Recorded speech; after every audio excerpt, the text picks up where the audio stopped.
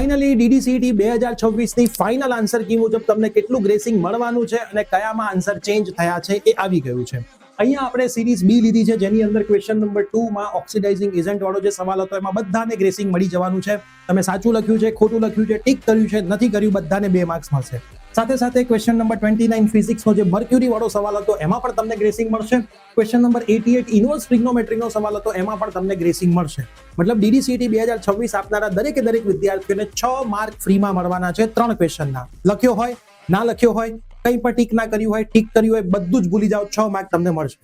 એક ક્વેશ્ચન જે ક્વેશ્ચન 54 હતો, જે ઇંગ્લિશનો સવાલ હતો, જેમાં આપણે કીધું હતું કે એડજેક્ટિવ જ આન્સર આવે, એ એડજેક્ટિવ આન્સર ચેન્જ થઈ ગયો છે. તો એમાં જેમણે એડજેક્ટિવ લખ્યું હશે એમને જ માર્ક મળશે, બાકી કોઈને માર્ક નહીં મળે. આનો આપણે ડિટેલ વિડીયો પણ બનાવી દીધો છે. હવે તમારું ટોટલ કેટલું થાય છે અમારા નંબર ઉપર 100% વોટ્સઅપ કરજો, જેથી આ વર્ષનું માર્કનું પ્રેડિક્શન આપણે લગાવી શકીએ. અને આ રીલ તમારા મિત્રોને શેર કરજો. આપણી બંને યુટ્યુબ ચેનલ પ્રિયસર વિદ્યાપીઠ જ્ઞાનપીઠને ફોલો કરજો. આખી એડમિશન પ્રોસેસ ડિપ્લોમાથી ડિગ્રીની આપણે આપણી ચેનલ પર સમજાવવાના છીએ.